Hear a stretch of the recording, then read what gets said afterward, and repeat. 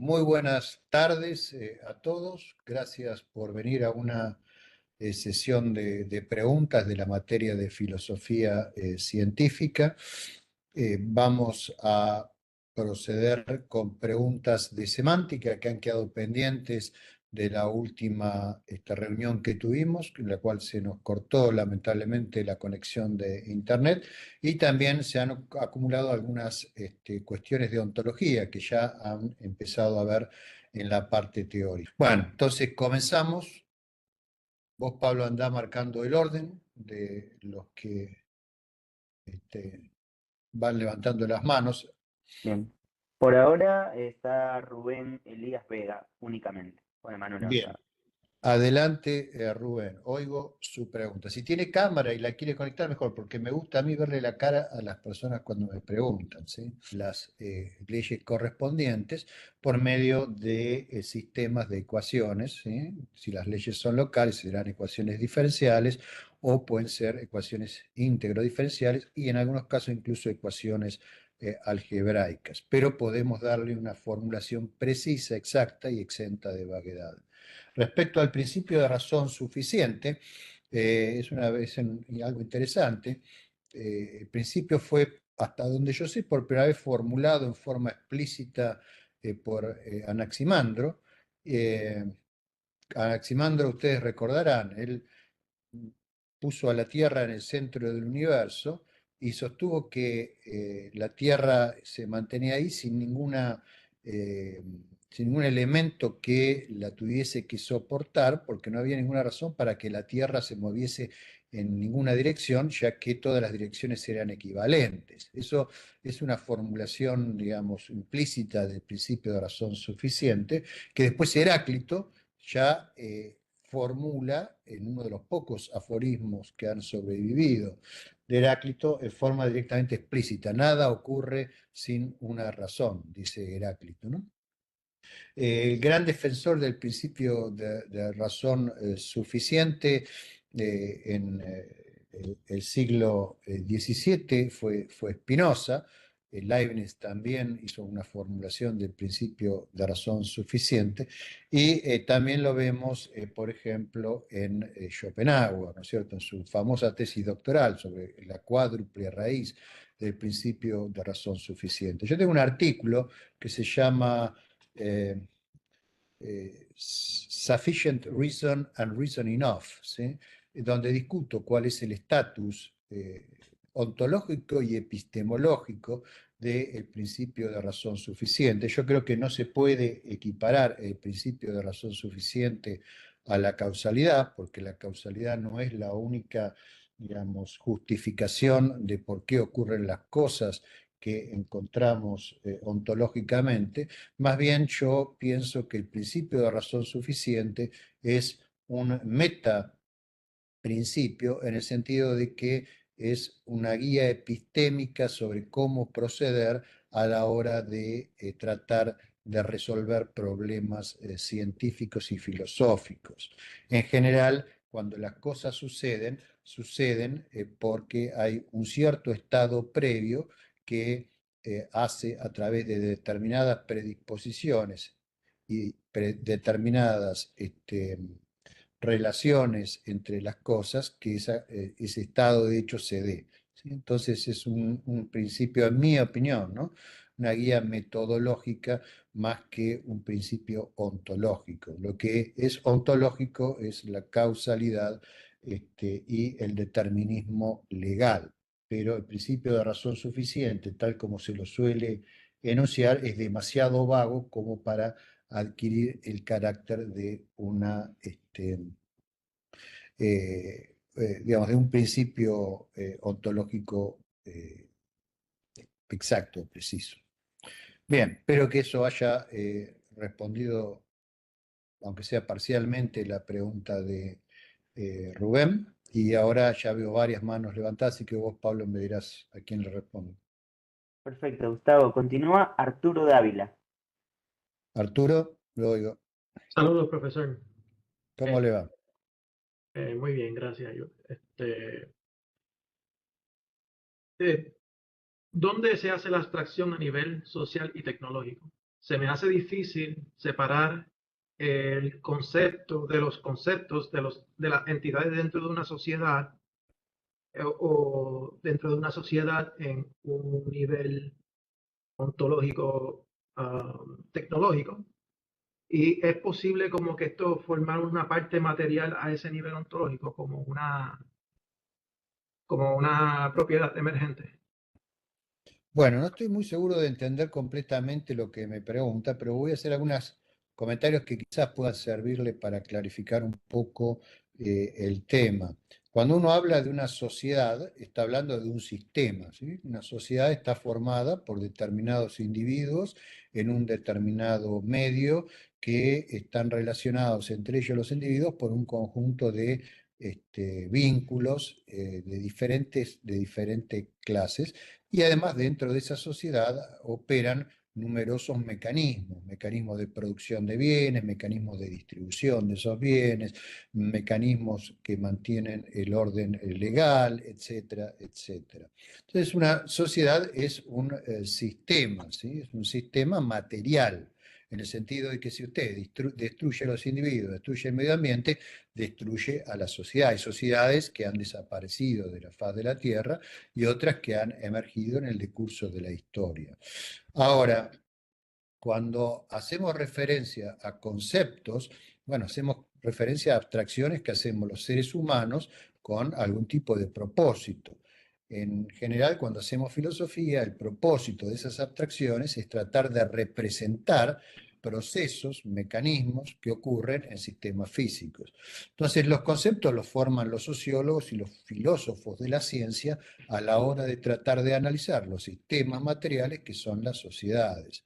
Entonces, por ejemplo, cuando uno habla de una clase social, no está hablando de un subsistema de la sociedad, sino está hablando de un concepto que utiliza, por ejemplo, para analizar, digamos, ciertos aspectos de una sociedad desde el punto de vista de una cierta teoría, ¿no? Entonces, por ejemplo, ahí tiene un concepto social que se aplica a la descripción de la sociedad. Bueno, hay muchos otros conceptos que forman los sociólogos y que forman los filósofos de la sociología para discutir los sistemas sociales de la misma manera que los biólogos también pueden formar conceptos para discutir sobre sistemas biológicos, biopoblaciones, etcétera, etcétera.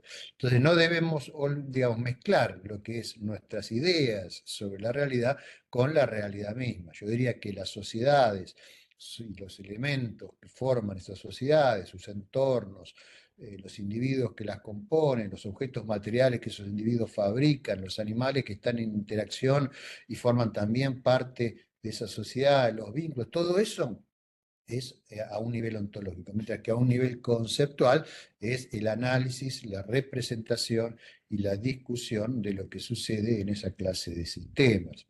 Espero que esto sirva como para orientarlo mejor en cuanto a conceptos y hechos en lo relativo a las sociedades. Eso, ok, lo entiendo, pero como la sociedad está compuesta de individuos, ellos tienen conceptos en sí, pues la manera en que ellos se forman en la sociedad no sería influenciada por los conceptos que estas personas creen o las creencias que estas personas creen. Por supuesto, o sea, toda sociedad tiene un subsistema cultural que tiene influencia sobre los sistemas nerviosos de las personas y eh, a su vez eso tiende a modular la conducta de las personas. Por ejemplo, no es lo mismo el comportamiento que uno puede esperar de un individuo en una sociedad totalitaria, donde, por ejemplo, está permanentemente sometido a un bombardeo de propaganda y de otros instrumentos de condicionamiento, a el comportamiento de un individuo en una sociedad de las que se llaman abiertas, donde esto no sucede. Entonces, eso está relacionado con el subsistema cultural de cada sociedad y con el entorno local de los individuos que influyen en los comportamientos de los mismos, ¿sí? Por supuesto que las ideas, cuando son transmitidas a través de libros, a través de medios de comunicación, a través de conferencias, a través de diálogos, a través de lo que sea, producen cambios en la arquitectura cerebral de las personas, y esos cambios hacen que las personas puedan comportarse de determinada manera. Entonces hay una permanente realimentación de una cosa hacia la otra que hace a la evolución de la sociedad. La sociedad evoluciona en el tiempo porque cambia. Cambia porque cambian sus sistemas, subsistemas, perdón, que son subsistemas biológicos, que son subsistemas políticos, subsistemas económicos y subsistemas culturales, que es al que usted está haciendo referencia. Entonces, las ideas que tienen las personas, los procesos cerebrales que tienen, pueden ser abstraídos para ser comunicados, son comunicados por medios materiales, y cuando son interpretados por otras personas, esas otras personas sufren procesos cerebrales que tienden a afectar de alguna manera su comportamiento, ¿no? Entonces, eso es la evolución del sistema cultural. Hay sociedades, por ejemplo, donde los sistemas culturales entran en crisis y puede, digamos, eso a su vez condicionar a los otros subsistemas de la sociedad, como por ejemplo el subsistema económico o el subsistema político, y en algunos casos, hay ejemplos históricos, hay sociedades enteras que pueden colapsar por cambios que se originaron, por ejemplo, en el subsistema cultural y no en el económico o en el político. En otros casos, hay sociedades que se han modificado dramáticamente o incluso han desaparecido por cambios en el subsistema biológico, o sea, en la salud de los integrantes de la sociedad.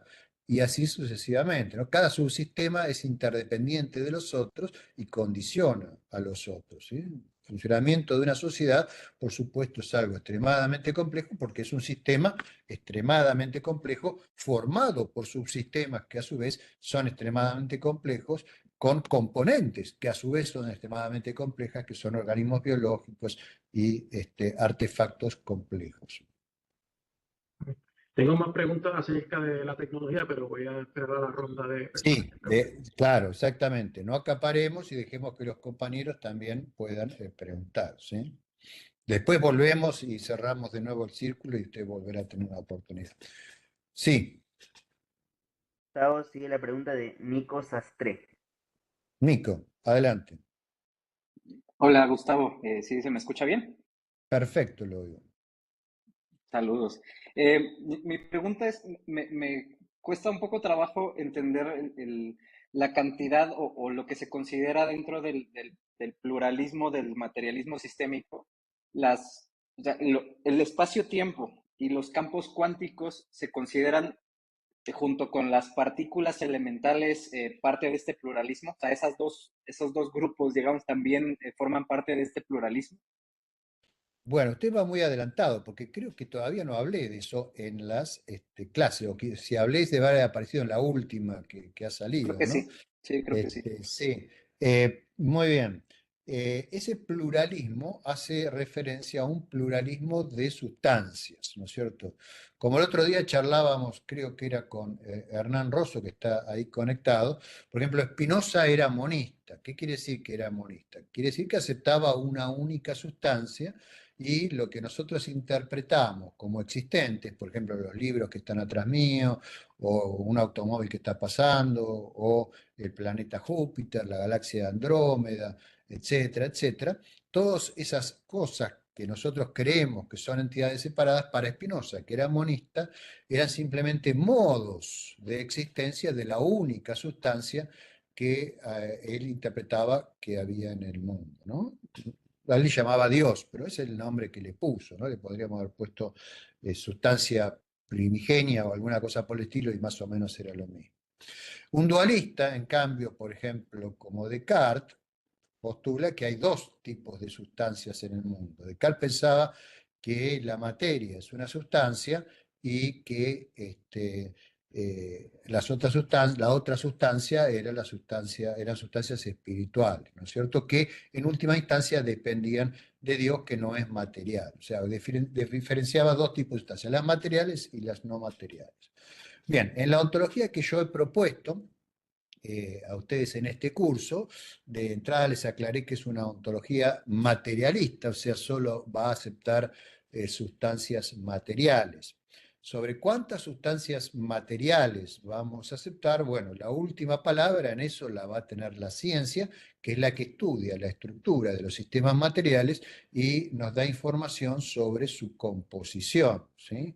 Hasta el momento, el estudio de los sistemas materiales parece indicarnos que existen en las condiciones actuales del universo unos 25 campos que parecen ser no reducibles a cosas más básicas. Son los 25 campos del modelo estándar, ¿sí? De la física que se llama física de partículas, pero después voy a comentar algo sobre las partículas. Estos campos son los campos leptónicos, ¿sí? De los cuales hay 6, y los campos hadrónicos, de los cuales hay otros 6, ¿sí?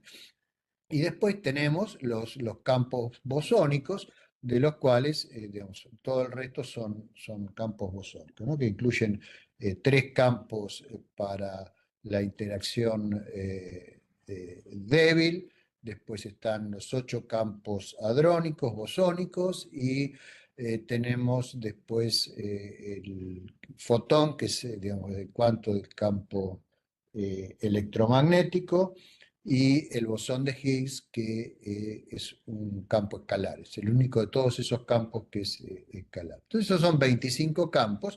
Esos campos solo pueden existir definidos sobre el espacio-tiempo, o sea, son dependientes del espacio-tiempo para su existencia. Uno no puede caracterizar la densidad de energía de impulso de ninguno de esos campos si no es en referencia a la métrica, a la estructura geométrica del espacio-tiempo.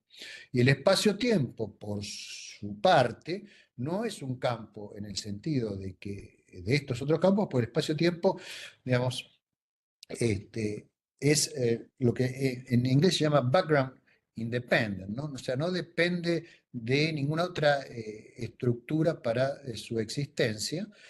¿Cómo, digamos, por qué pienso que el espacio-tiempo es existente y no como, digamos, y no como Leibniz, que sostenía que simplemente lo que existen son las cosas y el espacio-tiempo es un conjunto de relaciones, o un sistema, mejor dicho, de relaciones entre los existentes? Bueno, porque el espacio-tiempo tiene propiedades físicas. Básicamente podemos asociar una densidad de energía al espacio-tiempo, a regiones del espacio-tiempo, podemos perturbarlo, perturbando los campos cuánticos. Si la densidad de energía de estos es muy grande, podemos producir ondas gravitacionales que podemos detectar. Esas ondas gravitacionales no son más que ondas o perturbaciones en una propiedad del espacio-tiempo, que es la curvatura. El espacio-tiempo tiene una geometría, como tienen todos los existentes, y esa geometría puede ser perturbada, geometría física estoy hablando, ¿no? Y esa perturbación, cuando llega a un instrumento de detección, como puede ser un interferómetro láser, como es LIGO o Virgo, deposita trabajo sobre ese instrumento y el instrumento puede detectar las perturbaciones en el espacio-tiempo. O sea, hay una transferencia de energía, lo cual prueba sin ningún lugar a dudas que ahí hay un sistema material, ¿no? Que puede cambiar, y lo podemos cambiar, incluso manipular, moviendo grandes cantidades de objetos que tienen una gran densidad de energía y un gran momento. Como por ejemplo en los casos de los sistemas binarios de estrellas compactas que perturban fuertemente el espacio-tiempo. Pero además el espacio-tiempo evoluciona, o sea, está en expansión, y esa expansión tiene efectos locales, ¿no? O sea, hay efectos locales sobre la materia de la expansión global del espacio-tiempo, lo cual también es muy interesante y es parte de la evidencia que hay sobre la materialidad del espacio-tiempo. Bueno, yo he escrito extensamente sobre esto. Si le interesa mucho el tema, le puedo dar referencias adicionales al respecto. En cuanto a las partículas, que es la otra cosa que usted mencionó, yo no diría que las partículas son constituyentes básicos, porque las partículas son excitaciones de esos campos cuánticos que antes mencionamos, ¿no es cierto? Por ejemplo, hay un campo electrónico, que es uno de los 6 campos leptónicos, que llena todo el universo. Si hay una región del campo leptónico que está excitada, esa excitación es lo que nosotros llamamos un electrón. Si está, digamos, ahí tiene 3 excitaciones, bueno, en esa región hay 3 electrones y así sucesivamente, ¿no?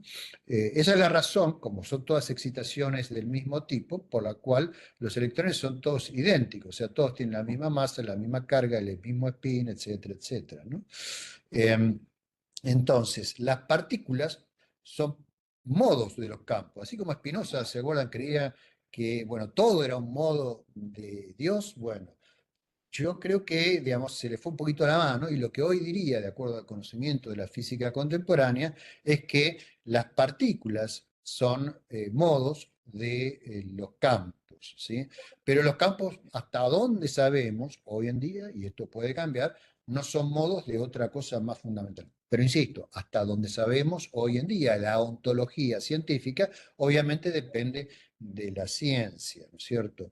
La prueba de que las partículas no tienen una existencia independiente de los campos es que el número de partículas en teoría cuántica de campos, y sobre todo si tratamos en teoría cuántica de campos en espacios-tiempos curvos, no es un invariante relativista, o sea, el operador número de partículas, si usted cambia el sistema de referencia en un espacio-tiempo curvo, el número de partículas va a cambiar, ¿sí? Y uno tiende a pensar que lo que constituye el universo, lo que tiene realidad ontológica, no puede cambiar de acuerdo a el punto de vista que adoptemos para describirlo. Lo que sí cambian son las propiedades, ¿sí? Por ejemplo, la velocidad de su automóvil va a depender si usted la mide en un sistema de referencia fijo a la carretera que si lo mide desde otro automóvil que va a una velocidad relativa respecto a usted. Ahora, si en algún sistema de referencia yo hago desaparecer, ahora no un objeto, sino una propiedad, sino un objeto, es que el objeto en realidad no era un objeto, era una propiedad relacional, ¿sí? Y esto pasa con las partículas. Eso es relativamente fácil mostrarlo, digamos, desde el punto de vista de la física. De hecho, yo tengo un artículo en este momento en Referato, donde precisamente discuto todas estas cosas en detalle, ¿no? Pero me estoy peleando con un referí que es un idiota que, bueno, ya vamos a ver cómo pasa eso, ¿no?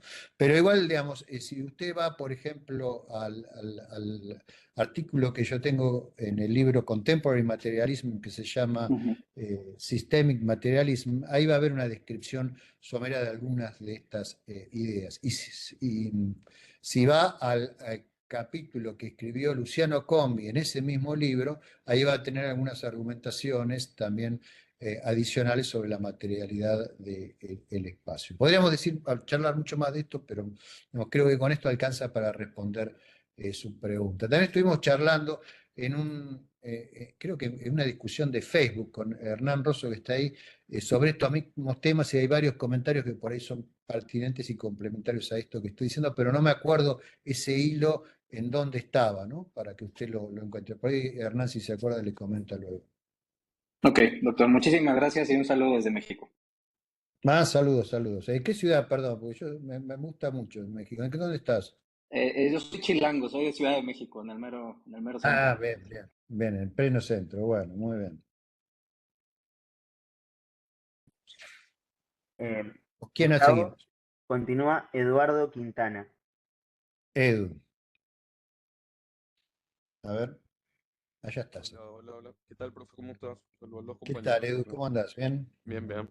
Y la verdad que tengo muchísimas preguntas, pero voy a, Bueno, voy a hacer, voy a hacer dos una. chiquititas. Bueno, dos Y puntitas. la primera ya fue respondida.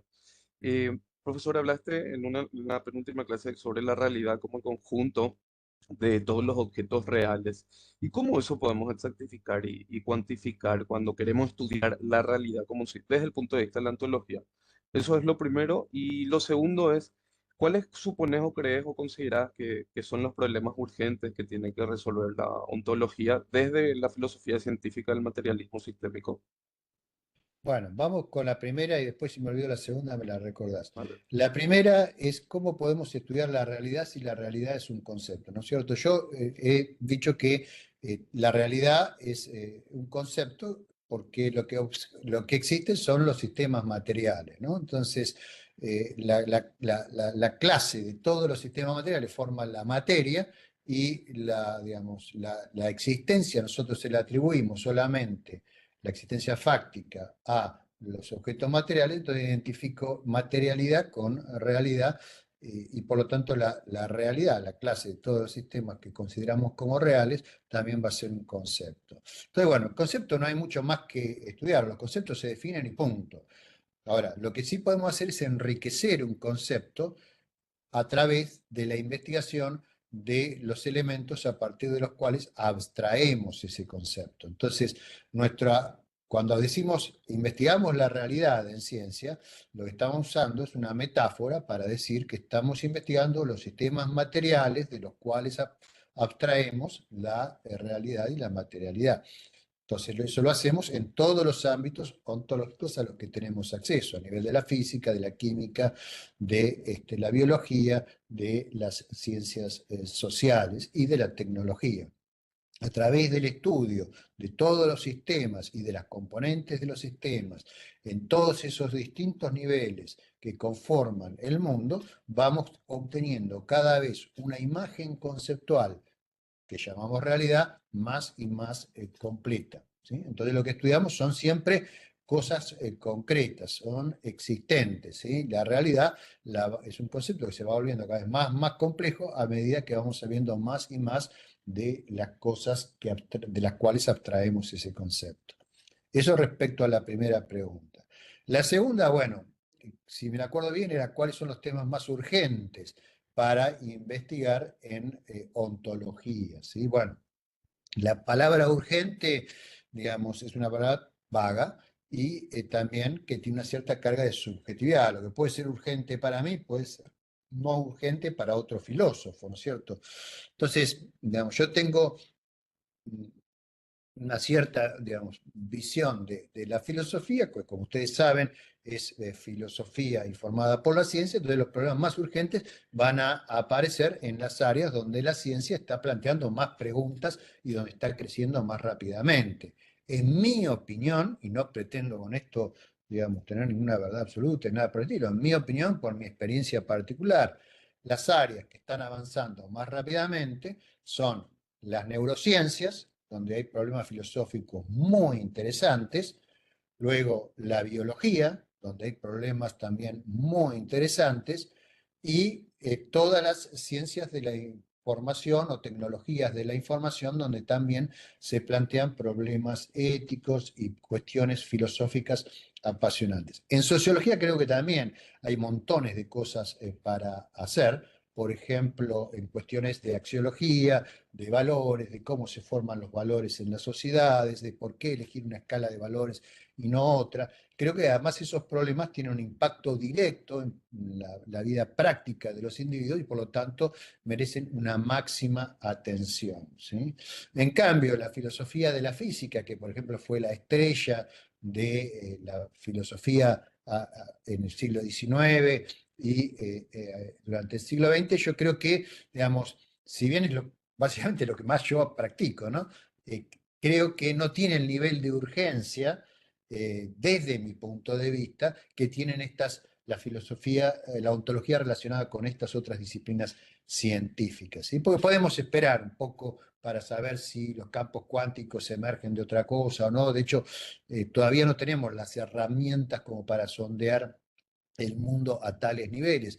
Son discusiones fascinantes, pero quizás son más apremiantes el saber, digamos, cómo justificar ciertos comportamientos en una época, por ejemplo, de rapidísimo cambio cultural inducido por nuevas tecnologías, para darte un ejemplo, o de cuál es el efecto nocivo de las pseudociencias y las pseudotecnologías en sociedades altamente tecnológicas y cuestiones por el estilo, ¿sí? Que me parece que tienen una gran urgencia porque están directamente relacionadas con la capacidad de supervivencia de las personas que se hacen todas estas preguntas, ¿no es cierto? Si no hay sociedad, no hay filósofos, entonces me parece que uno puede establecer un principio de jerarquía respecto al impacto social de las discusiones que establece. Pero ese es mi criterio. Obviamente por ahí hay un filósofo de la física que dice, no, para mí me parece más importante la física porque es más fundamental y los problemas son todos los que salen de ahí, bla, bla, bla. Bueno, puede ser, pero es mi visión. Perfecto, gracias, profe. Por eso yo alguna vez te recomendé, Edu, que sería muy interesante hacer una clasificación de las pseudociencias y las pseudotecnologías de acuerdo al grado de peligrosidad que presentan en distintos contextos sociales, ¿sí? O sea, en distintos contextos culturales también, porque en mi opinión pueden ayudar a desestabilizar culturas, como hoy hablábamos con, creo que era Arturo, si me acuerdo bien, o con Rubén, a ver si se me mezclaron. Creo que son problemas importantes. Bien. Gustavo, sigue Luis Arbaiza. Luis, por favor. No lo oímos, Luis. Se mueven sus labios, pero no surge sonido. Esperamos. ¿Se arregló? Ahí apareció. Sí, ahí está, ahí está. Ah, ya. Ya estoy. Una pregunta es la última de ontología que se me quedó, tengo que hacerla. A ¿No ver. es lo mismo azar que acausalidad? Porque se definió azar como desconocimiento de las causas, que cuáles serían. Pero también se mostró que en el mundo real existe la causalidad, como el electrón que cambia de excitado y baja de nivel, y es impredecible, digamos. Si son lo mismo y si no son lo mismo, ¿qué la distingue? Sí, Y veo, quizás, sí, sí, entendí la pregunta, sí, no se preocupe. ya, Usted quizá recuerda que yo diferencié en causalidad. eh, Siempre en filosofía las palabras tienen una tendencia a ser polisémicas, ¿no? Se usan en distintos sentidos y eso genera confusión. De causalidad yo dije que tenía un sentido epistémico y también tenía un sentido ontológico, ¿sí? En el sentido epistémico, cuando la causa, digamos, perdón, el azar, ¿no? El azar, ¿no? Que cuando el azar es epistémico, eh, lo que estamos queriendo decir es que tenemos desconocimiento de las causas, ¿sí? Pero no que esas causas no existen, sino que nosotros no las conocemos. Por ejemplo, cuando tiramos una bolita en una ruleta, nosotros no vemos dónde va a caer la bolita. Entonces, la gente apuesta porque está suponiendo que hay una igual probabilidad de que la bolita caiga en cualquiera de los 36 números de la ruleta, ya que la ruleta no está cargada, ¿no? Entonces, bueno, apuestan en función de eso y hablan de un juego de azar, ¿sí? Pero están usando la palabra azar para designar una situación epistémica de su ignorancia de las causas. Ninguno de los que está ahí, excepto quizá el cupié, sabe dónde va a caer la bolita, ¿no? Eso es azar epistémico, ignorancia de las causas. Ahora, hay un azar que no es epistémico, sino que es un azar ontológico, que básicamente hace referencia a una serie estocástica perdón, de eventos, de sucesos, que pueden tener una determinada distribución propensiva, ¿sí? De hecho, siempre tiene una determinada distribución propensiva las series estocásticas. Entonces, eso no significa, si bien son acausales en un sentido ahora ontológico, no quiere decir que sean alegales, porque la atribución de probabilidades a las propensiones se hace en función de esa distribución a la que hice mención, lo cual le permite a usted hacer predicciones perfectamente precisas, ¿sí? Entonces, no elimina la legalidad, el azar estocástico, o sea, el azar ontológico. Entonces, para resumir, dos tipos de azar, la palabra se suele usar a veces de forma intercambiable, lo que es incorrecto. El azar epistémico, ignorancia de las causas, es el más usual en la vida cotidiana, y el azar ontológico, serie estocástica de sucesos, digamos, pero que siempre tienen una determinada distribución subyacente. Entonces esa distribución se utiliza para asignar las probabilidades quedan determinadas legalmente, y entonces tenemos legalidad, pero con predicciones de carácter probabilista, ¿sí? Sobre una base de un azar estocástico. ¿Se entiende? sí, me permite repreguntar, el azar ontológico, yo lo veo en sus ejemplos que es igual a la acausalidad, o no sé si hay una diferencia. No sé qué quiere decir usted a causalidad. Si quiere decir que no se cumple la relación causal, está en lo correcto. La relación causal entre dos sucesos es que, estado el suceso A y las condiciones C, aparece el suceso B. Y siempre que se dan las condiciones C en presencia del suceso A, aparece el suceso B. En el caso de la serie estocástica, eso no es el caso. O sea, se puede dar el suceso A, las condiciones C y el resultado ser X, pero con una distribución de probabilidad. Entonces usted va siempre a poder decir el suceso X, cuando esté en las condiciones C, va a ocurrir con una probabilidad tal. Y esa probabilidad tal va a estar perfectamente determinada. Entonces tiene determinismo, pero no causal. ¿Sí? Si entiende por eso a causalidad, entonces está correcto lo que está entendiendo. Muy bien. Muy bien. Pablo. Gustavo, tenemos en el chat también una Bueno, pregunta previo a seguir con quienes tienen la mano levantada. Hay una pregunta de Matías, dos preguntas, que dice, en relación a sucesos acausales, ¿se puede considerar que entonces puede haber cambios en interacción? Y una segunda pregunta, en cuanto al decaimiento de una partícula elemental como forma de considerar un suceso acausal, ¿no podría ser su causa el propio campo cuántico del que la partícula sería una excitación? bueno, hay sucesos acausales, el decaimiento de una partícula elemental, como por ejemplo un bosón de Higgs o como por ejemplo un muón, es un ejemplo de lo que acabamos de decir. Son partículas que no tienen estructura y que decaen, ¿sí? Decaen con una cierta probabilidad que se conoce perfectamente y por lo tanto su decaimiento puede ser evaluado en forma probabilista. Eso respecto a la primera parte de la pregunta. La segunda parte de la pregunta ya me lo olvidé. ¿Me la recordás, por favor? Sí. La segunda parte de la pregunta dice, en cuanto al decaimiento de una partícula elemental como forma de considerar un suceso acausal, ¿no podría ser su causa el propio campo cuántico del que la partícula sería una excitación?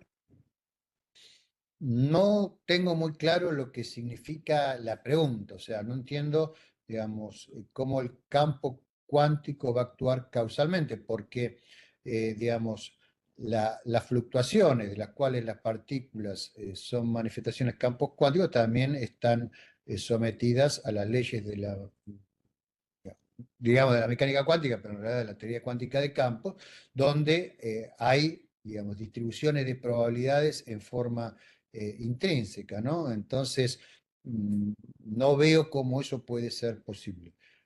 No, esto no quita que el día de mañana la ciencia avance y se descubra que, qué sé yo, o sea, lo que hoy pensamos que es alguna partícula elemental no lo sea, o que lo que pensamos que es un campo fundamental no lo sea, o sea, y que operen mecanismos subyacentes que desconocemos. No lo puedo descartar, nadie puede descartar eso, y entonces en esa última instancia la respuesta sería, no sé, nadie lo sabe, ¿no? Ya es un mecanismo subyacente que no conocemos que produce los decaimientos de lo que nosotros llamamos partículas elementales. ¿Sí? Perfecto, Gustavo. Y bueno, tenemos una pregunta de Renato Dávila, que tiene la mano levantada. Renato, creo que estás muteado, Renato. No se te oye. No, no, no. Se ve tu boca, pero no se ve, se ve moverse, pero no, no, no. Y escribila, de última escribila, si no te anda el micrófono. Mientras la escribís, pasamos a otro, ¿sí? Perfecto, Gustavo. Está Bruno Rosa. Bruno,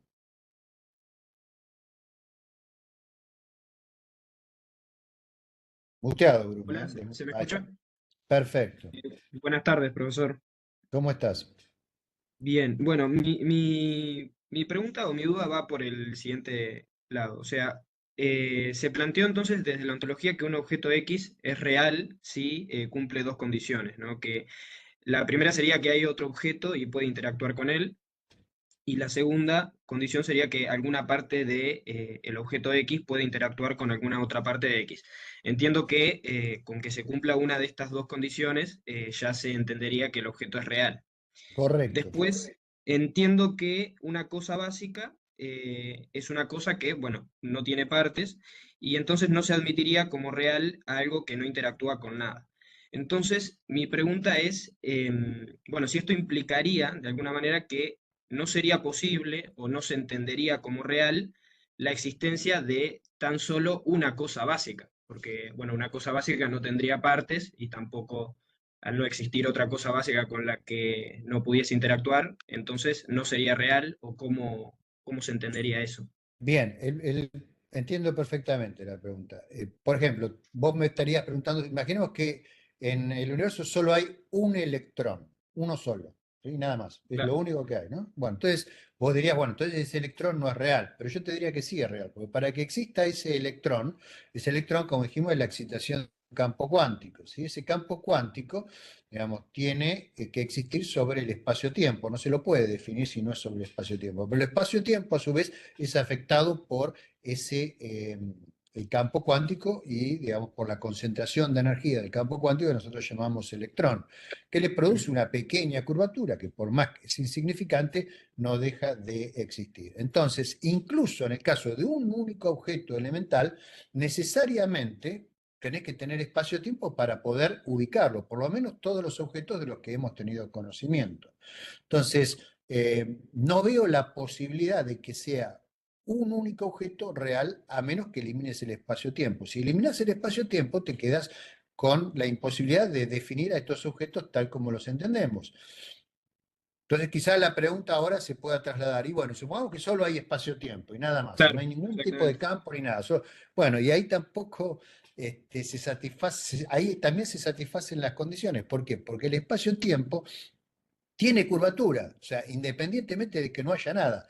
¿Cómo lo sabemos? Porque hay soluciones de vacío de las ecuaciones de Einstein. O sea, si vos pones en el término del tensor de energía e impulso nada, cero, igual a cero, igual podés tener soluciones con curvatura, podés tener soluciones que tengan ondas gravitacionales, podés tener soluciones dinámicas, como mostró ya de Sitter en el año 1917. Si tenés soluciones dinámicas, quiere decir que ese espacio-tiempo está en expansión. Entonces, bueno, si está en expansión es que está cambiando. Si está cambiando, obviamente es material, ¿no? Entonces, no veo cómo podría ser posible la situación que vos decís, a menos que uno afirme no hay nada. Pero esa afirmación entra en colisión con el argumento de Parménides, que a mí me parece impecable, ¿no? Es imposible afirmar que hay nada porque, digamos, la nada por definición no es. Entonces, digamos, no, entramos en una contradicción ya de lógica, ¿no? Estamos afirmando que existe lo que no existe y eso es una contradicción ya lógica. Entonces, en mi opinión, no hay otra alternativa que haya algo. Entonces, a mí me preguntan, ¿por qué hay algo en vez de nada? La, la respuesta mía es, hay algo porque es la única respuesta posible a esa pregunta, ¿sí? La famosa pregunta esta que formula Leibniz y después se arroba Heidegger y la hace famosa, ¿no? Respondiendo estupideces. Pero la respuesta a esa pregunta es muy simple. No hay otra posible respuesta que haya algo. Porque Ok. digamos, la alternativa no tiene sentido. Es una contradicción. ¿Se entiende lo que digo? Sí, sí, sí, perfecto. Muchas gracias. Bien. De nada. Buena pregunta. Gustavo, ahí escribió Renato Dávila su pregunta en el A chat ver. y Sí. es, mi duda va al respecto de cómo podemos diferenciar entre niveles ontológicos y subniveles ontológicos. Como por ejemplo También. suele Sí, haber sí. la discusión si existe un nivel psicológico o si las propiedades psicológicas de los sistemas es un subnivel biológico. Sí, bueno, la idea básica es que diferenciamos los niveles por la emergencia de una propiedad que es común a todos los miembros de ese nivel y que no está en ningún miembro del nivel anterior, ¿sí? Por ejemplo, todos los organismos están vivos. Ningún miembro del nivel químico está vivo, ni menos del nivel físico, ¿sí? Ahora, dentro de los organismos vivos, tenemos organismos que tienen propiedades psicológicas, que es el caso que usted está mencionando, y otros que, digamos, no las tienen.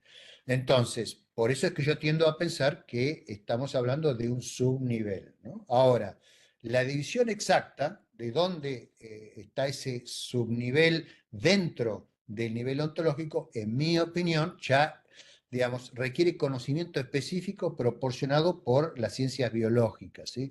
Yo, desde el punto de vista filosófico, no puedo decir, digamos, cuáles son los organismos que presentan un comportamiento que puede ser descrito en, al subnivel psicológico, ¿cierto? Sin duda, ahí podemos poner a los seres humanos, podemos poner una buena cantidad de mamíferos, pero quizá podemos poner también cosas que no son mamíferos, podemos poner los pulpos, qué sé yo, o sea, no sé lo suficiente, y creo que nadie sabe lo suficiente de biología, como para que esa delimitación no sea borrosa de momento. Obviamente, de momento es borrosa y, digamos, ocupa un cierto rango de organismos que van desde aquí hasta aquí, por ejemplo, ¿sí? No creo que nadie piense que hay una conducta psicológica, por ejemplo, en una estrella de mar. Pero, digamos, ya tenemos, digamos, organismos como el pulpo, ahí ya puede entrar alguna duda. Entonces tenemos un rango.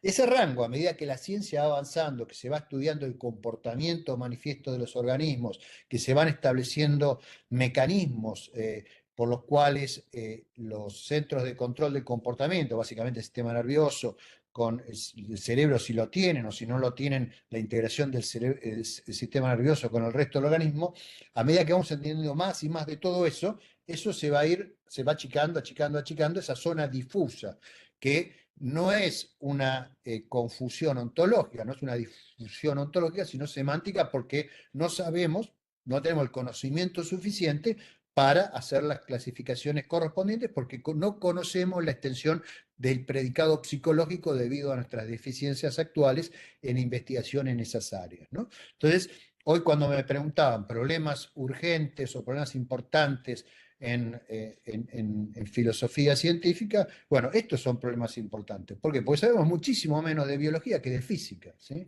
Entonces, hay muchísimas cosas en biología que todavía no podemos precisar como podemos precisarlas en el ámbito de la física o de la química, ¿sí? Que ya son ciencias, disciplinas que tienen mucha mayor tradición y entonces sus ontologías, digamos, tenemos más elementos como para discutirlas, ¿sí? Espero que haber aclarado un poco la cosa. Dice que sí, que muchas gracias. Muy bien, bárbaro. Continúa la pregunta de Guillermo Avilés, tiene la mano Bien, levantada. sí. Hola, ¿qué tal? Buenas tardes, ¿se me escucha? Se le escucha perfectamente. Muchísimas gracias. Tengo dos preguntas. Una es acerca de lo que dijo de los impactos de las tecnologías o pseudotecnologías desde la filosofía.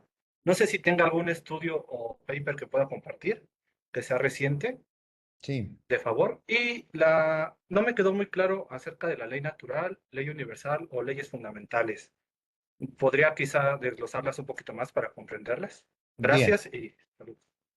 Bien, sobre la tecnología, pseudotecnología, ya vamos a hablar en el futuro de este curso un poco más en detalle, pero hace muy poquito salió un artículo en la revista General Journal for the Philosophy of Science, eh, precisamente que trata de pseudotecnología, que es algo, digamos, que no se lo discute mucho, se discute mucho más la pseudociencia que la pseudotecnología. Así que se lo voy a dar a Florencia Viero o a Pablo para que lo suban a la página web de la materia, ¿sí?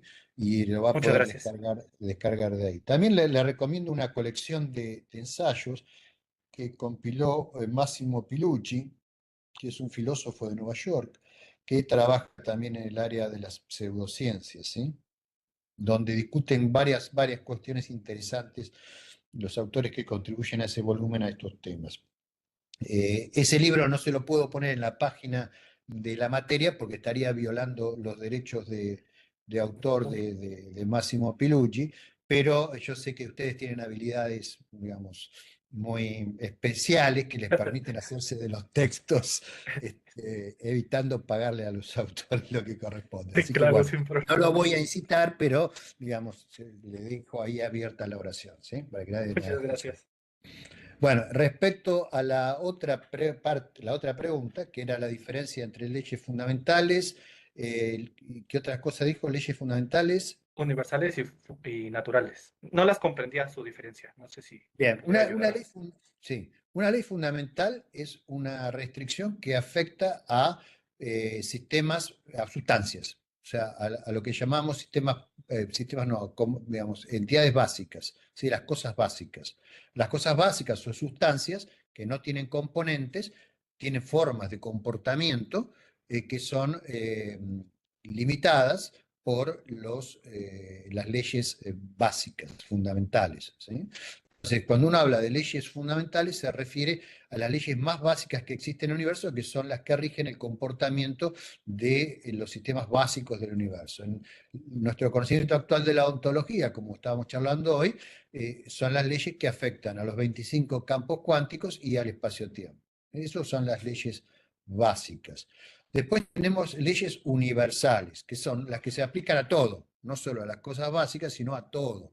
Por ejemplo, el principio de conservación de la energía es una ley universal, se aplica a todo. O el principio de conservación del momento, se aplica a todo. En general, estas leyes de conservación, que son leyes universales, surgen de simetrías del espacio-tiempo y de los sistemas que están en el espacio-tiempo. Por ejemplo, la conservación de la energía surge de la invarianza bajo traslación temporal de un sistema, o la conservación del momento surge de la invarianza bajo traslación espacial de un sistema físico. La conservación del momento angular, la invarianza bajo rotación, o la conservación de la carga eléctrica surge de la invarianza de gauge, etcétera, etcétera. En general, lo que uno suele llamar leyes universales que se aplican a todo, surgen porque el espacio-tiempo tiene ciertas simetrías y como el espacio-tiempo dijimos que afecta a todos los existentes, esas simetrías se transforman en propiedades que comparten todos los existentes, ¿sí? Y esas son las leyes universales, se aplican a todo, ¿sí? Y había algo más que ahora me olvidé que me preguntó, ¿qué otra cosa?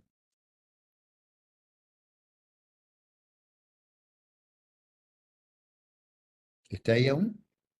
Sí, perdón, estaba muteado. No, ya entendí la diferencia, eran las naturales también las que Bien, faltaban, bien. pero ya las comprendí mejor. Bien, bien. Es muy interesante, ya que, bueno, cuando me tiran cosas de física, por ahí me entusiasmo. Es muy interesante esta conexión entre simetrías y leyes universales, ¿sí? Viene dada por un teorema famoso, el teorema de Nether, que Emmy Nether formuló. Emmy Nether, ustedes saben que, ¿no? Era una matemática alemana muy prominente, pero en una época, a principios del siglo XX, en el cual era muy difícil para las mujeres conseguir una cátedra, ¿no? O sea, creo que el único ejemplo en esa época de una mujer con una cátedra era Marie Curie, pero era en Francia. En Alemania las cosas eran más rígidas, digamos, y entonces era muy difícil. Emmy Noether era eminente. Y entonces Hilbert la cogió en Göttingen, y Hilbert hizo un truco, ¿no? O sea, le dejaba dar sus clases, ¿sí? Y Emmy Noether, bueno, podía entonces enseñar ahí en Göttingen, y Hilbert, por supuesto, le pasaba el sueldo, ¿no? Entonces era como que tenía un cargo ahí medio este, no oficial, pero por lo menos podía enseñar. Bueno, ella desarrolló un teorema que relaciona precisamente las simetrías del espacio-tiempo con la conservación de distintas propiedades de los sistemas materiales. Es uno de los teoremas más importantes de la física y es el que le da lugar a las leyes universales, a partir de las simetrías del espacio-tiempo. Bueno, continuemos. Perfecto. Muchas gracias y saludos desde Pachuca, México. Ah, bueno, muchos mexicanos, me gusta.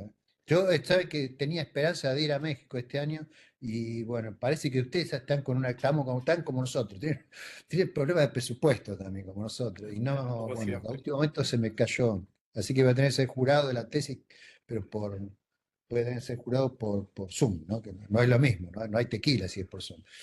Buen punto. A mí me gusta más el mezcal, porque yo he ido mucho a Morelia, ¿vieron ahí? Les gusta más el mezcal.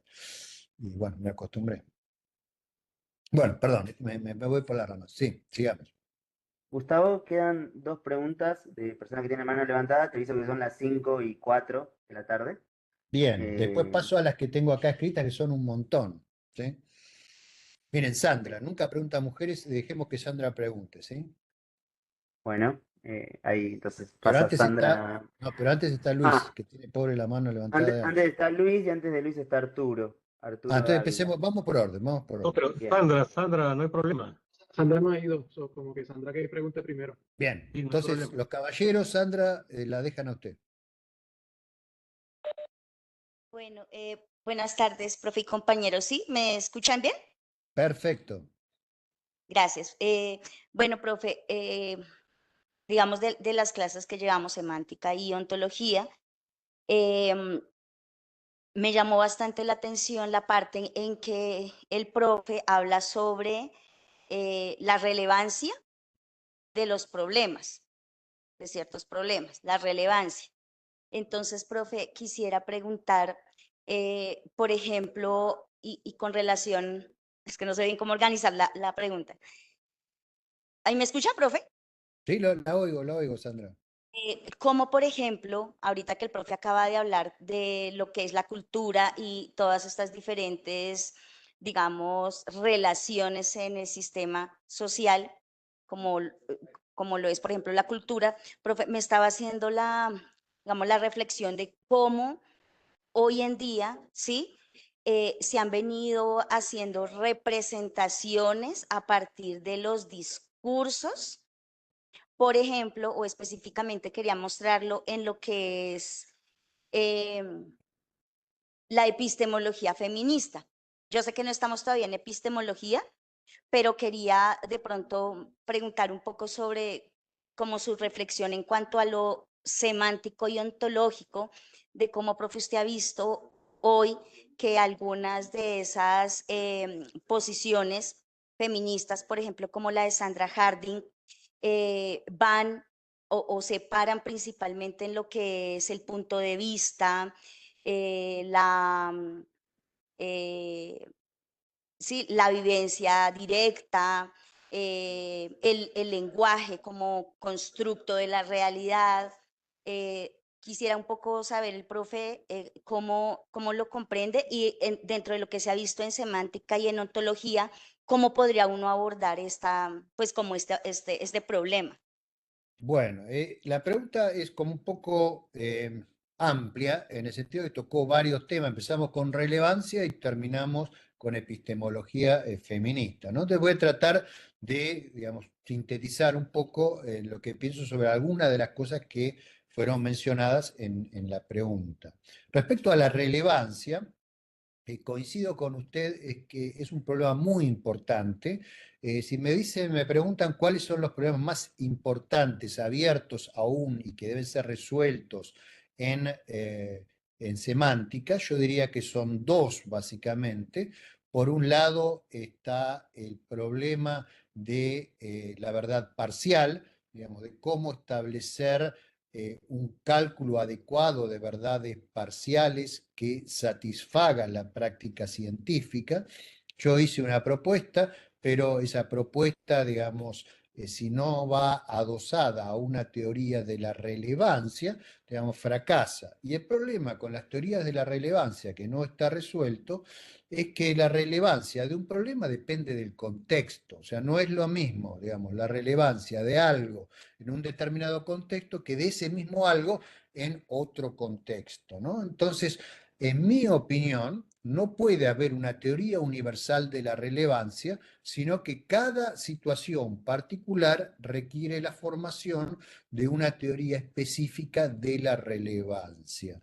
De la misma manera que no puede haber, por ejemplo, una teoría general de la medición. ¿Por qué? Porque no es lo mismo hacer una medición en un sistema biológico y no es lo mismo la perturbación que uno causa en el sistema biológico cuando hace una medición que hacerlo, por ejemplo, en un sistema astrofísico. Entonces uno no puede tener una teoría de la medición que sea la misma, que valga para la astrofísica, la cosmología, que para la química, la bioquímica o la sociología, ¿sí? Entonces no puede haber una teoría universal de la medición. Lo que sí hay son algunas recomendaciones generales, algunas metodologías generales, pero después los detalles tienen que ser, digamos, específicos de los casos que se tratan. Bueno, en el caso de la teoría semántica de la relevancia, me parece que es lo mismo. No es lo mismo si usted quiere estudiar la relevancia de concepto de verdad en un ámbito social o en un determinado entorno cultural que en otro. Y quizá por ahí se puede establecer un poco la conexión con la segunda parte de su, digamos, de su presentación, que es, digamos, respecto a las epistemologías feministas. Todavía creo que no hay ninguna clase subida de epistemología. Yo ya grabé un par. No voy a tratar de epistemologías, digamos, feministas ni otras, o sea, por ahí hago algunas menciones al paso, pero en general voy a presentar, digamos, una visión de la epistemología que es consistente con la ontología y la semántica que fuimos presentando, ¿no es cierto? Ahora, eso no quiere decir que yo no pueda dar también mi opinión al respecto. Y yo creo que, si bien es muy cierto que los discursos, las narrativas, las visiones culturales están cargadas de ideología, digamos, hacer un análisis detallado de cómo se hace esa carga requiere tener una teoría de la ideología. Ustedes saben que la ideología, si bien hay miles de libros de ideología, son libros que se dedican a defender una ideología frente a otra, y hay muy poco trabajo hecho en el análisis de la ideología misma. O sea, hay muy poco hecho sobre filosofía de la ideología. Yo tengo un artículo que es parte en realidad de un libro que está por publicar Javier Pérez Jara y Íñigo Ongay en Springer, si tienen suerte y digamos, lo terminan aceptando, ¿no? Donde tengo un capítulo bastante largo que se puede bajar de Field Papers, del archivo de artículo de filosofía, que se llama Philosophy of Ideology, donde discuto un poco qué es una ideología, digamos, diferencio ideología de ciencia, diferencio ideología de tecnología, hablo de los pros y los contras de las ideologías, y termino concluyendo que las ideologías, esto es mi opinión, ¿no es cierto? Y la justifico ahí, ahora quizá no tenemos tiempo para una discusión detallada, las ideologías en general no son beneficiosas a la hora de tratar de hacer una representación fiel de la realidad, ¿sí? Sino que distorsionan nuestra visión como si fuesen lentes, digamos, coloreados, y nos hacen comportarnos de manera que quizás si estuviésemos libres de esa ideología no nos comportaríamos de esa manera. De hecho, los seres humanos tienen una tendencia a actuar grupalmente y a adquirir lo que yo llamo kits ideológicos o paquetes ideológicos que ya vienen como preensamblados para que uno no tenga que pensar demasiado, y si uno adopta la posición A, viene con la A', la prima segunda, la prima tercera también en el mismo paquete. Entonces, no sé, por darles un ejemplo, si uno de repente es una persona que se autodefine, ¿no es cierto?, como, por decir algo, no se enoje nadie, izquierdista, y entonces usted le pregunta la posición sobre Palestina, ya sabe más o menos lo que le va a decir, le pregunta la posición sobre la guerra de Ucrania, sabe lo que va a decir, si le pregunta la posición sobre... Viene todo como un paquete, ¿no? No necesitamos más saber que el rótulo como para ya saber lo que supuestamente esa persona, en la mayoría de los casos, no digo siempre, puede llegar a pensar. Bueno, yo creo que eso es malo, porque evidentemente si uno puede predecir la posición que va a tener por el rótulo que adopta, no está pensando críticamente esa persona, no tiene un pensamiento muy original que digamos. Entonces yo creo que hay un peligro en eso y lo debemos combatir. Ese peligro también lo veo en algunas de las ideologías feministas que se adoptan a la hora de hacer metafilosofía, o sea, filosofía de la filosofía. Porque el feminismo en filosofía en realidad es una metafilosofía, es una filosofía que critica ciertas formas de hacer filosofía. y muchas veces se presenta como un pack ideológico, ¿no? Como uno de estos kits ideológicos. Y eso a mí no me gusta, ¿sí? Yo creo que se han hecho algunos experimentos que pueden ser discutidos, hay gente que digamos, tiene objeciones, pero para mostrar que estos packs ideológicos que incluyen a la ideología de género, incluyen a algunas ideologías feministas, incluyen algunas cosas, digamos, llevan a problemas, por ejemplo, que uno puede agarrar y si tiene ciertos rótulos y usa cierto lenguaje, puede hacer pasar como aceptable cosas que en realidad el análisis racional indica que no son aceptables, ¿sí? Por ejemplo, ustedes conocerán el famoso experimento este que hizo Bogosian con sus estudiantes, que mandaron 22 papers a revistas, digamos, que tienden a publicar esta clase de cosas con esta orientación de género inclusivo, feminista, etcétera. Y esos artículos, por ejemplo, contenían párrafos del Mein Kampf de Adolf Hitler, pero traducidos a un lenguaje inclusivo. Entonces, increíblemente se los aceptaban algunos de esos artículos, ¿no? Entonces, ¿eso qué quiere decir? Es como el Afer Sokal, pero bueno, trasladado a estos otros temas, ¿no? Quiere decir que hay un problema, porque hay un problema de análisis crítico. Entonces, o sea, lo que yo pienso es que mejor dejar de lado la ideología, mejor es tratar de hacer representaciones lo más objetivas posibles de la realidad. Por eso es que yo abogo por usar lenguaje lo más exacto posible.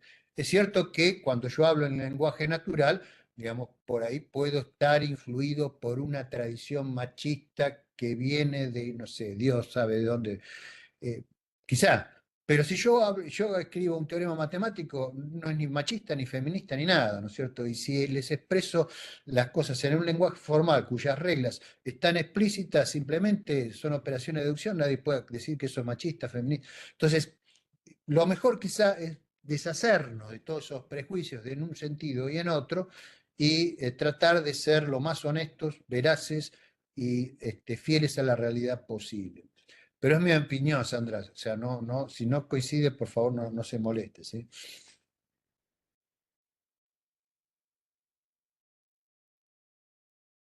Bueno, se apareció Sandra, espero que no se haya enojado. Bueno, sigamos. Aparecí, profe. Ahí está. Bueno, muy bien. No, profe, por el contrario, realmente también, digamos que pienso cercano a lo que usted expone y pienso que por ejemplo, para analizar bien un problema, en este caso podría ser el patriarcado, un ejemplo, realmente la filosofía científica puede ayudar muchísimo a encontrar causas, incluso a hacer propuestas viables que la epistemología feminista o la ideología feminista, por más buenas intenciones que tenga, pues realmente no ofrece y que por el contrario está haciendo es un poco de distorsión del análisis de la realidad. Entonces quería escuchar su opinión y todo este movimiento woke que se ha dado. Pensaba bastante en eso escuchando pues, las clases, profe. Así que por el Coincido, contrario sí. le agradezco su orientación y creo que estoy entendiendo eh, eh, bien. Creo que me siento identificada en muchas cosas y me alegra poder estar en esta clase, profe. Me alegra escucharla y coincido completamente con usted. O sea, si usted quiere entender, por ejemplo, cuál es el rol del patriarcado en determinado ámbito cultural de determinada sociedad, qué mejor que informarse de investigaciones objetivas hechas por la sociología, precisamente del rol del patriarcado en esa sociedad, etcétera, etcétera. Ahora, si usted ya parte de una posición ideológica, digamos, que es como que la conclusión ya está cantada, ¿no? Que va a obtener. Y eso no le va a permitir obrar después sobre la realidad para poder mejorarla. Yo creo que el conocimiento, el valor del conocimiento es que nos permite entender cómo son las cosas y nos permite después actuar sobre esas cosas para producir cambios que cumplan un objetivo que nos hayamos fijado, ¿no? Entonces, conocimiento sí, o sea, pero posiciones ideológicas quizá no, y menos esto de la cultura woke, que lleva a veces a condenar y a como se dice, a cancelar, se dice ahora, a las personas, ¿no es cierto? De hecho, lamentablemente, ¿no? En ámbitos académicos, sobre todo de Estados Unidos, pero también en algunos de nuestros países, es muy común que se cancele profesores porque en su pensamiento se separa a veces de lo mainstream, ¿no? Lo que sostiene la mayoría. Y eso es una barbaridad, porque digamos, la independencia de pensamiento académico es uno de los pilares de la formación universitaria, ¿no? Entonces a mí me preocupa mucho ver el cancelamiento de profesores simplemente porque piensan distinto, ¿no? Bueno, hay que dice, uy, ahí estoy súper confundido. Bueno, no sé, ahí apareció Sí, es un mensaje de Iván Pedrosa, que dice, doctor, yo estoy súper confundido. sí. Fíjese que a mí me dieron en el doctorado epistemología, pero lo dividió el profesor en 4 partes. La primera, epistemología de la visión dominante, luego epistemología feminista, luego epistemología del sur y finalmente epistemología postcolonia indígena. Sí, yo le diría que se cambie de universidad. Cuanto antes, mejor, ¿no? Eh, Porque no lo veo muy bien ahí, ¿sí? Es tremendo, es tremendo. Lo que me acaba de decir es tremendo. Pero bueno, son tenemos, cosas que suceden. Bueno, tenemos poco tiempo ya, ¿no? A ver, hay un montón de manos levantadas todavía. ¿Y sí, qué tenemos hacemos? A ver. 3 manos, 4 manos levantadas Bueno, y vamos a hacer lo siguiente, miren, le puedo responder a 2, porque si no, tengo todas estas preguntas además, ¿sí? Mi pregunta es Entonces, cortita, por favor, y como que una pero, pregunta. déjeme formular la propuesta. Hagan ustedes una autoevaluación crítica y piensen lo siguiente, ¿es mi pregunta realmente importante y debo hacerla ahora o puede esperar, ¿sí? Porque también tengo que responder la de los que mandaron acá todo por escrito. Entonces, entre ustedes 4, que son los que tienen las 4 manos levantadas, por favor, les pido que haya 2 que bajen la mano y a los 2 que quedan les levanto. Si todos dejan la mano levantada, ahí está, listo, ya está, muy bien, ¿eh? Se revelaron solos. Quedaron Víctor y quedó Luis. primero Adelante, bueno, Luis Carvalho. Luis. Sí, sobre la clase semántica, el problema que se habló de que había un problema entre la relación entre enunciados y hechos, o sea que no podría haber que no era pertinente en la semántica que hubiese relación entre enunciados y hechos. Entonces se propone la solución de que hay como una especie de batería de evidencia, y de esa batería de evidencia que tiene también un margen de error que se puede calcular y todo eso se mostró. Entonces ya sorteamos, digamos, este problema de la relación entre enunciados y hechos.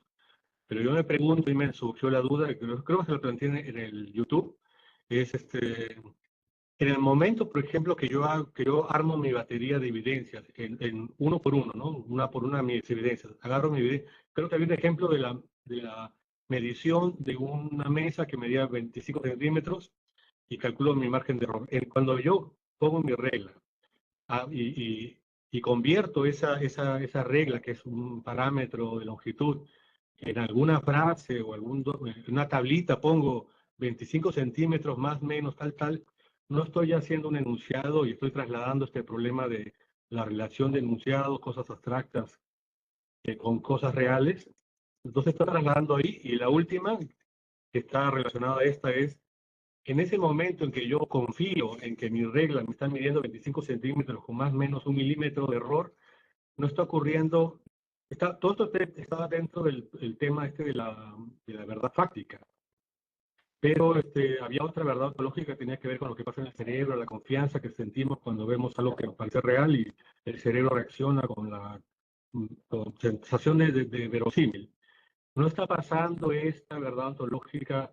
Primero, no está ocurriendo de nuevo el problema de enunciados hechos, y 1, y 2, no está ocurriendo el fenómeno de la verdad ontológica, cerebro, mundo, cuando yo mido con mi regla una evidencia, pregunto. Sí, bien, entiendo la pregunta, es una pregunta buena, muy buena.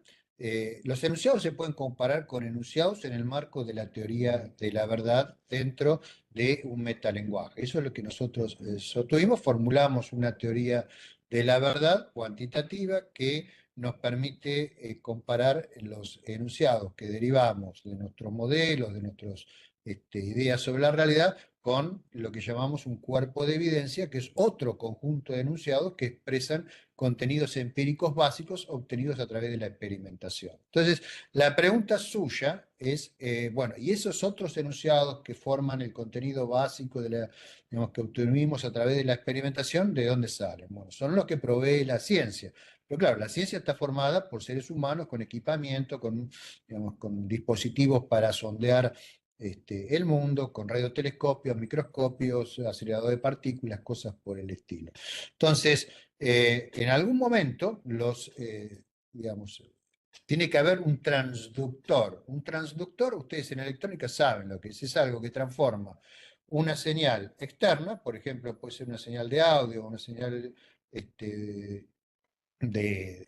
lumínica, puede ser una señal electromagnética, lo transforma en un pulso guiado, digitalizado, en un determinado receptor, que es una señal eléctrica, pero que está, digamos, perfectamente ya modulada para transmitir contenido proposicional. Entonces el transductor hace eso.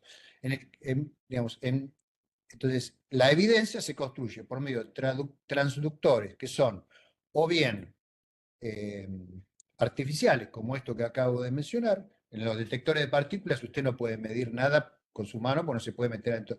Ahí hay, digamos, todo tipo de sensores, hay detectores gigantescos que tienen el tamaño de un edificio, donde hay distintas capas que producen distintas corrientes eléctricas, digitalización, y todo eso termina en, digamos, computadoras donde son procesados y el resultado final de todo eso probablemente es una serie de números, ¿sí? Entonces, esa serie de números conforman luego en el contexto manipulado por un humano un enunciado básico, ¿sí? Entonces ahí tiene una combinación de transductores artificiales con transductores que básicamente son el cerebro de los seres humanos que están interpretando lo que está pasando en el colisionador de partículas o en el aparato que sea. Ahí hay una zona gris que todavía no está resuelta, que es que nosotros no sabemos exactamente cómo hace el cerebro para transformar todas esas, digamos, esos inputs que va teniendo en enunciados que luego, digamos, podemos escribir, podemos grabar, podemos reproducir de distintas maneras. Entonces, es cierto que tiene que haber una interfase hecho-hecho, ¿sí? Entonces, en general, esa interfase van a ser los hechos del cerebro con los hechos que ocurren en el laboratorio, o que ocurren en el acelerador de partículas, o que ocurren con el radiotelescopio, o que ocurren con lo que sea. Cuando yo les hablaba de la verdad ontológica, decía que era una relación de hechos con hechos. Bueno, me refería a los hechos que ocurren en el cerebro con los hechos que ocurren en estos experimentos controlados, ¿no es cierto? Entonces, ¿cómo es esa relación? No está totalmente establecida y por eso es objeto de estudio de la ciencia, ¿sí? Y no de la filosofía. Lo cual no quiere decir que la filosofía no pueda especular sobre ciertas cuestiones y problemas generales relacionados con eso mismo, ¿sí? Entonces, ahí hay un gap que aún el estado actual de conocimiento no nos permite llenar, ¿sí? La transducción de lo que ocurre en el mundo, en nuestros experimentos, en digamos, los ámbitos de la experiencia controlada del mundo, a la formulación de enunciados que ocurre esencialmente en nuestro cerebro. Bien, es lo que les puedo comentar, que justo es la primera pregunta de las que tengo aquí anotadas, que me mandaron por correo. Bueno, y pasamos a la última pregunta presencial, que es la de Víctor Lavallade. Víctor.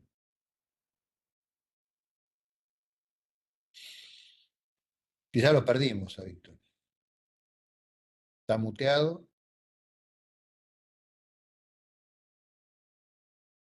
Bueno, le damos 5 segundos más y si no, Fue Víctor. Listo. Bueno, entonces, Gustavo, perdón. sí. Víctor escribió su pregunta.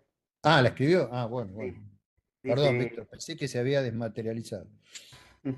dice que su pregunta es acerca de propensión causal y propensión estocástica con respecto al mundo de lo posible. Su pregunta concreta es: ¿qué relación hay entre ambas? Propensión causal y propensión estocástica.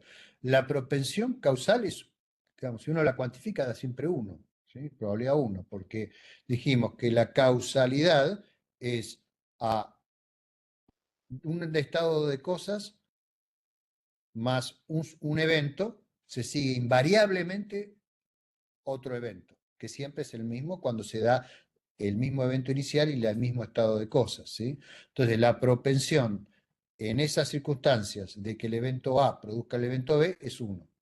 ¿Sí? Entonces, ahí la propensión, en realidad la probabilidad que cuantifica esa propensión, ¿sí? En el caso de la propensión estocástica, no es 1, siempre va a ser menor que 1 porque si no tendríamos una relación causal. Es esa la relación. ¿Se entiende, Víctor? Léeme vos, Pablo, lo que... Y lo Y posible como concepto. concepto. Ujú.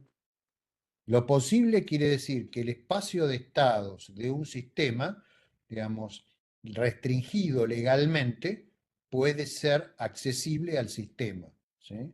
Por ejemplo, dentro de mi espacio de estados es accesible, por ejemplo, toda la amplitud de mi biblioteca, ¿sí? Yo puedo ir, es posible para mí, porque está dentro de mi espacio legal de estados, ir y consultar cualquier libro de biblioteca. Lo cual no quiere decir que yo decida hacerlo. Es posible para mí hacerlo, porque está dentro de mi espacio de estados, está a mi alcance, ¿sí? Pero no quiere decir que necesariamente lo vaya a hacer, ¿sí? Entonces, posible es cualquier punto que está dentro del estado, espacio de estados de un sistema, ¿sí? Restringido legalmente, ¿sí? Puede darse o no puede darse si se dan o no las condiciones adecuadas para que ese estado se haga efectivo. Eso significa posible. Ahora sí, dice, gracias.